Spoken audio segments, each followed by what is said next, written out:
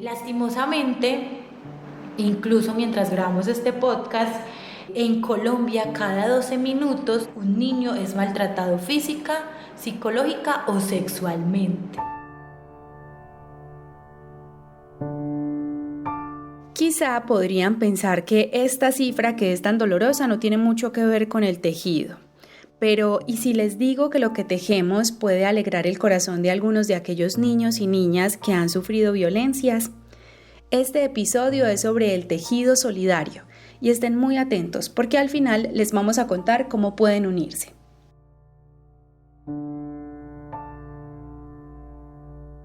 Bueno, mira, yo soy Estefanía Jiménez Sarmiento, soy psicóloga de profesión, soy especialista en psicología clínica con un énfasis en atención a niños y adolescentes.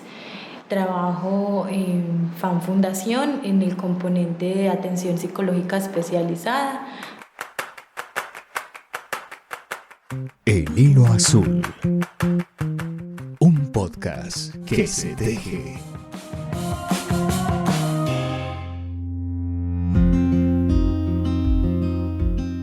Con Estefanía me encontré en la sede de Jugar para Sanar de la Fundación de Atención a la Niñez, esto en el sector de La Floresta en Medellín. Entrar allí es experimentar el cuento de Alicia en el País de las Maravillas. Pasamos de salas con puertas grandes y otras donde hay que agacharse para poder entrar. El tejido está presente en muchas de ellas. Pequeñas colchas, muñecos, accesorios para colgar y una que otra prenda. El espacio está dividido por salas, como ya lo había dicho, y allí se hace acompañamiento psicosocial a niños, niñas y adolescentes que han sido víctimas de abusos. Hay una sala que se llama El Fondo del Mar. Allí se encuentra un gran baúl donde podemos escribir los miedos o dibujarlos y dejarlos allí. Hay otras salas donde hay cocinitas, camas tendidas con crochet y otros elementos donde los profesionales propician juegos de roles. Y hay una salita en particular, una salita verde, donde hay orugas en las que los niños pueden sentarse y del techo cuelgan grandes mariposas que simulan cómo los procesos terapéuticos nos transforman. Así fue como llegamos a este lugar. A las personas que nos escuchan les damos la bienvenida al segundo episodio de El Hilo Azul, un podcast que se teje. Y hay una razón muy especial de por qué estamos haciendo este segundo episodio aquí, y es que conocimos FAN Fundación a través de una conversación incluso tras micrófonos con Leonardo Benítez, un maestro tejedor muy conocido y además muy querido por diferentes tejedores y tejedoras acá en la ciudad de Medellín. Cuando Leonardo me dijo como, hay una fundación que recibe mantas tejidas que son utilizadas en procesos terapéuticos con niños y niñas, me llamó mucho la atención porque siempre me había picado como la curiosidad por el tejido solidario, ¿cierto? No solamente tejer para decorar la casa, para hacernos prendas de vestir, para hacer regalos, por ejemplo, sino también tejer para poder contribuir en cierta medida a otras personas. Y justamente pues por eso estamos aquí. Entonces, bueno, primero darte las gracias por recibirnos aquí y quiero que empecemos contándole a las personas que nos escuchan qué es FAN Fundación, en qué consiste esta organización. Bueno, mira, FAN Fundación somos una organización social que lleva aproximadamente 60 años aunando esfuerzos para trabajar en pro de la niñez, de la adolescencia y de las familias colombianas. Nuestro propósito superior es que los niños crezcan sanos, que crezcan inteligentes, pero sobre todo que crezcan también felices. En FAN Fundación nos centramos en dos componentes estratégicos, tenemos dos componentes estratégicos. Uno de ellos es la atención integral a la primera infancia. Esta atención integral a la primera infancia se logra a partir de atención desde unos centros infantiles. A la fecha, FAN tiene 20 centros infantiles en el marco de atención con buen comienzo, ¿sí? Se atienden niños de 0 a 5 años y esta atención es integral desde un componente pedagógico, nutricional y psicosocial. para la promoción y prevención de cualquier tipo de vulneración. Y tenemos la segunda estrategia o la segunda línea, que es Jugar para Sanar, que es el lugar donde estamos el día de hoy, al espacio donde ya hicimos el recorrido. Y Jugar para Sanar tiene una línea específica en atención psicológica especializada a niños, niñas, adolescentes que han sufrido algún tipo de violencia psicológica, física o sexual. Jugar para Sanar nace hace 20 años y nace también desde una historia un poco perturbadora para mi gusto, y yo creo que para los oyentes también. Y nace es porque, como te decía, tenemos centros infantiles. En uno de los centros infantiles, 20 años atrás, en Estrellitas de Niquitown, un niño llamado Cristian Camilo, que estaba en este espacio, en esta jornada, levanta su mano y le dice a la profe que quiere ir al baño. Pues la profe efectivamente hace este acompañamiento y se percata que el niño tiene un mordisco en uno de sus muslos. Ella pues claramente indaga con la familia, genera una alerta, pero no contaban o no se contaba con que el niño nunca volvió a asistir. Lastimosamente, posterior a ello, no sabría decirte con qué tiempo, pero posterior a ello, Cristian Camilo se encontraba en el Hospital General y muere en este Hospital General, y muere a partir de que fue víctima de violencia sexual y empalamiento. Entonces, desde ahí, FAM Fundación, pues al identificar que uno de sus niños o de los niños asistentes fue víctima de esta situación tan atroz, deciden crear otro componente, y así nace Jugar para Sanar. Hay historias que no deberían suceder, pero que terminan propiciando la creación de espacios como este. Lo importante aquí es que el tejido nos une. Tejer mantas para donar a FAM Fundación es el propósito de este episodio. Aquí te contamos cómo las mantas tejidas son importantes en el proceso terapéutico para los niños y las niñas de Jugar para Sanar.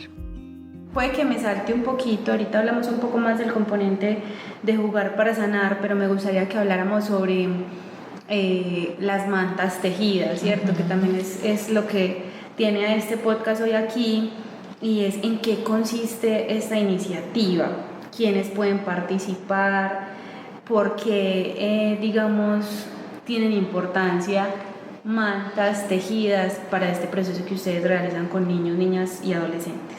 Bueno, mira, yo te voy a contar realmente cómo surge, porque mira, una cobija es un objeto transicional, ¿cierto? Un objeto transicional es cualquier objeto físico que me provee seguridad, que me provee protección. Objeto transicional se denomina a partir de un psicoanalista, Donald Winnicott, que empieza a hablar sobre este concepto y a darle realmente todo el marco teórico e investigativo que nos avala pues como tal este objeto. Desde que, no sé, hace aproximadamente un tiempo, 10 años más o menos, se empezaron pues como con las atenciones, ¿cierto? Sí. En Jugar para Sanar, y en una de las atenciones evidenció una de las terapeutas que en una de las salas de camitas estaba tendida, como la viste ahorita, con una cobijita, y la paciente le dice a la terapeuta que si le regala esa cobija, y la terapeuta le dice que sí. Pero la niña en cada sesión a la que venía traía la cobija.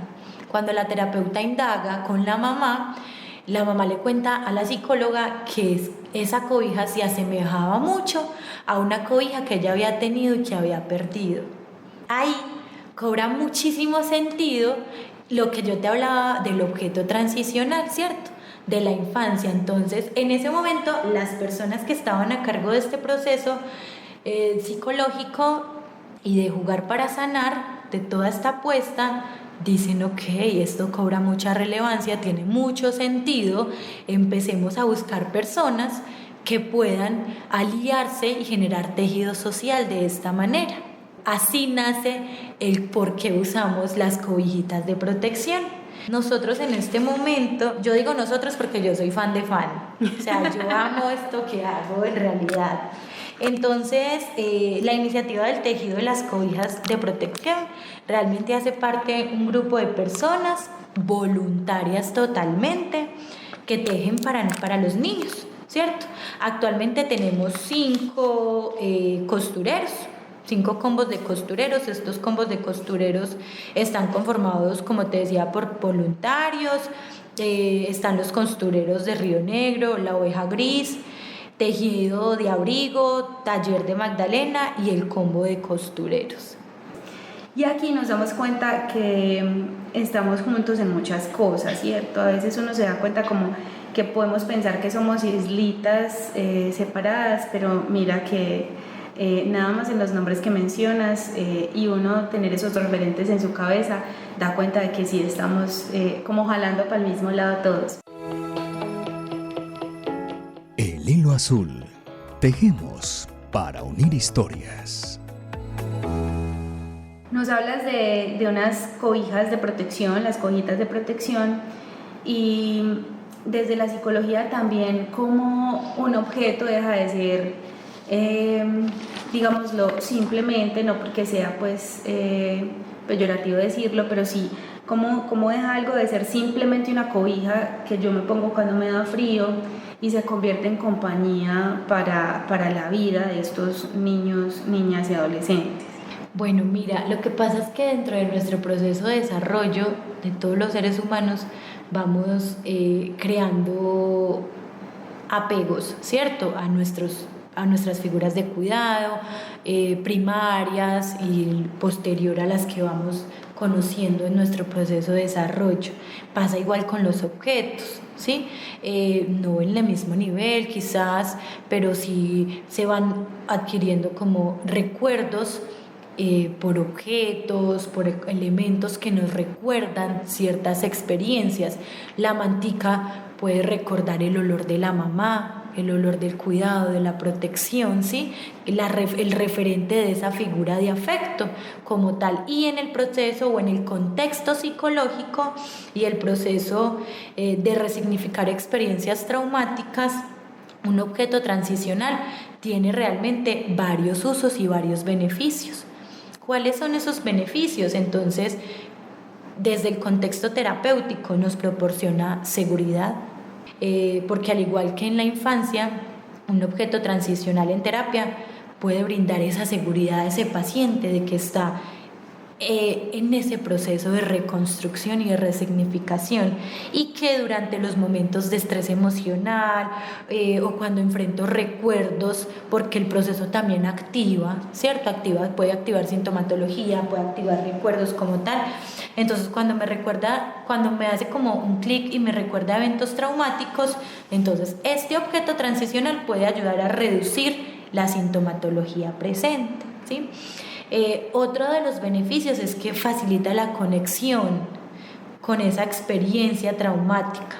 Es decir, este objeto transicional puede servir como un ancla y como un punto de referencia como tal para que el paciente, mientras explora sus experiencias traumáticas del pasado, al mantener este objeto que sería cerca y durante la terapia, pues puede sentirse más conectado, y al sentirse más conectado con su propia experiencia puede encontrar mayor seguridad. Entonces incluso ese objeto le puede generar calma. De eso hablamos cuando hablamos de promover esa regulación emocional. Ese objeto puede generarme a mí calma como tal. Aquí haciéndote un paréntesis, yo no sé si esto aplica en el podcast. Yo en mi casa tengo unos monstruos de colores que ahora te muestro, y justo mi monstruo del color favorito es el verde, que es el de la calma, y yo todas las noches me acuesto sobándome el ojito con la mano de la calma, y a mí eso me genera mucha tranquilidad. Probablemente yo no sé si aplica, te digo, pero realmente puede que sea mi objeto transicional de todo lo que uno también debe gestionar, ¿cierto? porque en este escenario tan hermoso pues uno se encuentra con cosas complejas y uno trabaja con la desgracia del ser humano. Sí. Bueno, entonces como para que continuemos en la línea, otro de los beneficios del objeto transicional es que fomenta la continuidad entre la terapia y la vida cotidiana, ¿cierto? Entonces, al utilizar como un objeto transicional en terapia, el paciente puede experimentar una sensación de que continúa entre el entorno terapéutico y esa vida cotidiana como tal. Entonces nos puede ayudar entre la conexión de esas experiencias terapéuticas, que las integre fácilmente en su vida, es decir, los elementos que adquieren en terapia, que pueda llevarlos a esa vida cotidiana, que ese es como uno de los objetivos del proceso terapéutico, ¿cierto? Que en algún momento te des de alta y que todo lo aprendido pues lo lleves a esos procesos. El psicoanalista Donald Winnicott habla del objeto transicional como aquello que brinda consuelo, y en eso es en lo que se convierten las mantas tejidas para quienes las reciben. Algunos niños terminan usándola como capa de superhéroes en procesos terapéuticos o se cubren con ellas mientras hablan de sus emociones. Pensemos, por ejemplo, en un niño o una niña que viene a este espacio a descargar un poco sus miedos, pues, y que quizá termina contando que justamente su casa, su hogar, es el espacio donde está siendo violentado. Cómo esa manta tejida permite que la tenga aquí en terapia, la tenga en este espacio de juego, pero que permite que la lleve a su casa. Así como tú hablabas del monstruo que tienes y que te pasas por los ojos y te genera calma, también como a un niño o una niña esa manta le puede generar otras cosas en el espacio incluso donde se siente violentado. Bueno, mira, es una muy buena pregunta y yo creo que da lugar también para que ampliemos un poco respecto a que si un niño nosotros evidenciamos que está siendo violentado, inmediatamente nosotros activamos las rutas que correspondan para que ese niño sea retirado de ese medio en el cual está vulnerado, ¿cierto? Cualquier tipo de violencia, cualquier tipo de vulneración que realmente represente un riesgo para la integridad de este niño. Sin embargo, ¿cómo hacemos? O sea, el que él se lleve o que ellos se lleven esa cobija hace parte de todo un proceso, porque la cobija se entrega al final del proceso terapéutico, en el cual, a partir de una devolución de los elementos construidos en terapia, se fortalece y se simboliza que esa cobija es esa protección y ese recuerdo de esos elementos. Entonces es darle ese significado como tal. Bueno, me das pie entonces, digamos, como para preguntar procedimentalmente, o ya digamos como en el nivel más práctico, lo que sucede con la manta. Entonces, la manta llega aquí. ¿Cómo se identifica, por ejemplo, a cuáles de los niños y las niñas, o si es a todos? Hablemos también de eso, y también cómo es ese final para la entrega de ese objeto. La última sesión, cada terapeuta, según los objetivos que establezca del proceso con los niños, en la última sesión con este paciente, lo que hacemos es, básicamente, cada una le da su estilo. Si me estuviera escuchando mi compañera Claudia Ramírez, su estilo RCN en el proceso. Entonces cada una le pone su técnica y su herramienta, ¿cierto? Algunas entregan cobijas, puede que otras no, puede que otras le entreguen a todos sus pacientes, puede que no, pero el objetivo es que todos se lleven una manta o una cobijita. Como elemento transicional se diseña la última sesión. Entonces hay algunas que asemejan el nacimiento simbólico desde lo que corresponde a, terminamos este proceso, los aprendizajes, el fortalecimiento del vínculo con las personas con que se haya logrado fortalecer ese vínculo. No necesariamente te hablo de mamá, papá, porque hay niños que nosotros atendemos que no tienen esos referentes, pero que tienen otros, que son referentes familiares, otro tipo de familias que se van constituyendo, ¿cierto? En ese elemento es como simbolizar y se entrega la cobija. Yo personalmente, cuando no simbolizo el nacimiento, lo que hago es como usarlo metafóricamente hablando, y es porque las mantas tienen colores diversos, entonces y tejidos diferentes. Les hablo de que eso, metafóricamente hablando, somos los seres humanos, con diversos colores, con diversos matices, con diversas experiencias, pero que la construcción en esa unidad que corresponde a la cobija es el ser humano. Es esa transición y esos caminos que nos permite ir resignificando experiencias, pero que esos pedacitos hacen parte de nosotros.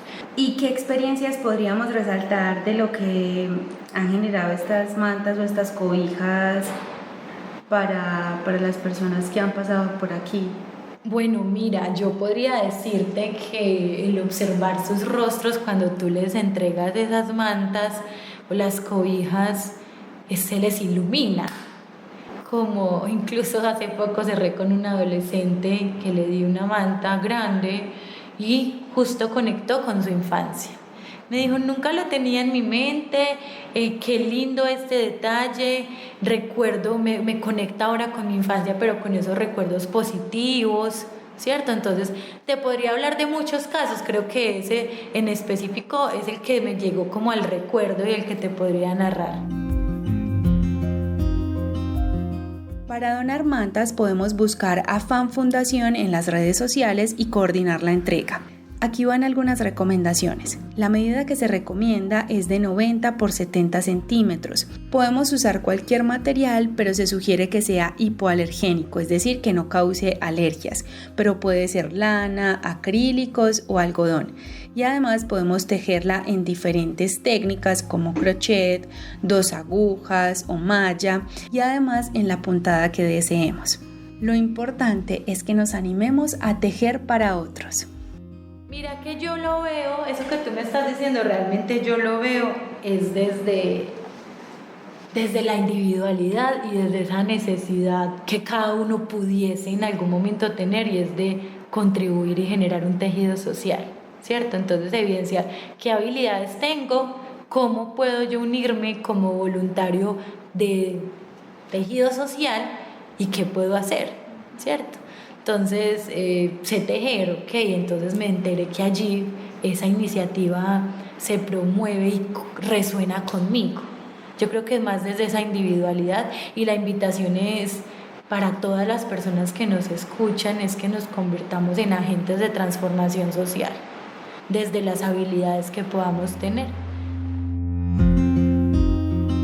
Antes de terminar este episodio, les recuerdo seguirnos en nuestras redes sociales como Hilo Azul Crochet. Nos encuentran en Instagram y allí estaremos compartiendo información sobre cómo hacer donaciones de mantas tejidas a Fan Fundación. Además, no sé si recuerdan que en el primer episodio de este podcast le pedí a Leonardo Benítez que me enseñara o me recordara algún punto, porque estoy haciendo una especie de plana de puntos, un pequeño cuadrito donde voy a estar plasmando los puntos que me recuerden o me enseñen los tejedores y tejedoras con las que me encuentre en estas grabaciones.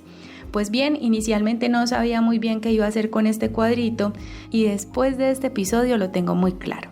La medida va a ser 90 por 70 centímetros y será una manta que donaré a Fan Fundación. Y lo mejor es que va a estar llena de puntos que me enseñen o me recuerden quienes pasen por aquí por El Hilo Azul, un podcast que se teje. Así que ya saben, anímense a tejer para otros y sumarse a esta iniciativa de tejido solidario.